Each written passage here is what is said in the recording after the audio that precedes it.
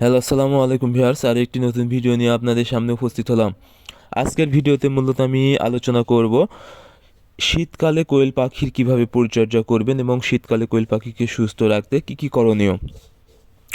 আপনারা যারা কোয়েল পাখি পালন করেন, এখন কিন্তু প্রচণ্ড শীতকাল, আর এই শীতকালে কোয়েল পাখিকে সুস্থ রাখা অত্যন্ত জরুরি, কারণ শীতকালে কিন্তু কোয়েল পাখির বিভিন্ন রোগে আক্রান্ত হয়, বিশেষ করে রানীক্ষেত এবং ঠান্ডাজনিত বিভিন্ন রোগ, বিশেষ করে সর্দি এবং ঝিম মারা বা গা ফুলে তুলে থাকা।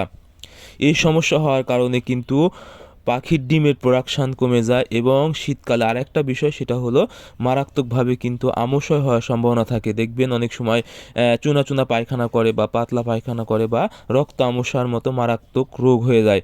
সেক্ষেত্রে কিন্তু আপনাদেরকে অবশ্যই একটি বিষয় লক্ষ্য রাখতে হবে, শীতকালে কোনোভাবেই যেন মুরগিকে ঠান্ডা না লাগে বা ঠান্ডা বাতাস না লাগে, সেদিকে অবশ্যই খেয়াল রাখতে হবে।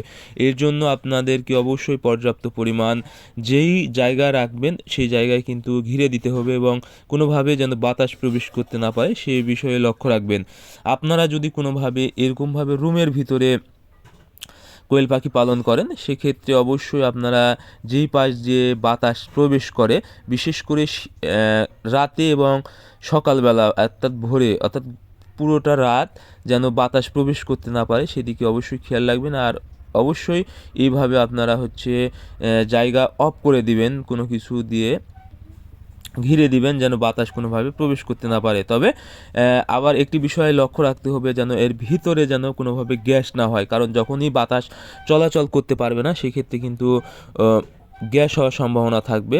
এতে কিন্তু আপনারা এর কোয়েল পাখি আরও বিভিন্ন রোগে আক্রান্ত হতে পারে, কারণ গ্যাস বা গন্ধ যদি পাখির চোখে লাগে সেক্ষেত্রে অবশ্যই আপনাদের আরও মারাত্মক রোগ হবে। এই জন্য এইভাবে আপনারা ফ্যান ব্যবহার করতে পারেন, যেন ভিতরে যে গ্যাসটা সেটা কিন্তু বাহিরে বের করতে পারে। এরকম যদি ফ্যান ব্যবহার করতে পারেন তাহলে কিন্তু গ্যাস বা গন্ধ হবে না, এতে কিন্তু পাখি সুস্থ থাকবে।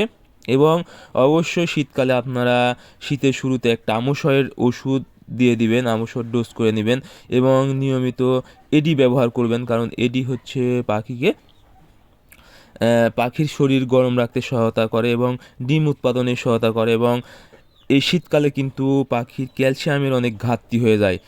এই জন্য অবশ্যই ক্যালসিয়ামের ঘাটতি পূরণ করতে নিয়মিত ক্যালসিয়াম ব্যবহার করবেন। এবং যদি রানীক্ষেতের ভ্যাকসিন করা না থাকে, অবশ্যই আপনারা শীতকালে রানীক্ষেতের ভ্যাকসিনটা জরুরির ভিত্তিতে করে দিবেন, তাহলে কিন্তু আপনাদের কোয়েল পাখি সুস্থ থাকবে এবং ডিমের প্রোডাকশান ভালো থাকবে বা পার্সেন্টেজ ভালো পাবেন এবং লাভবান হতে পারবেন, কারণ শীতকালে কোয়েল পাখির ডিমের দাম অনেক বেশি থাকবে। এই জন্য আজকের ভিডিও এই পর্যন্তই। আপনারা আমাদের পরবর্তী ভিডিও পেতে অবশ্যই চ্যানেলটি সাবস্ক্রাইব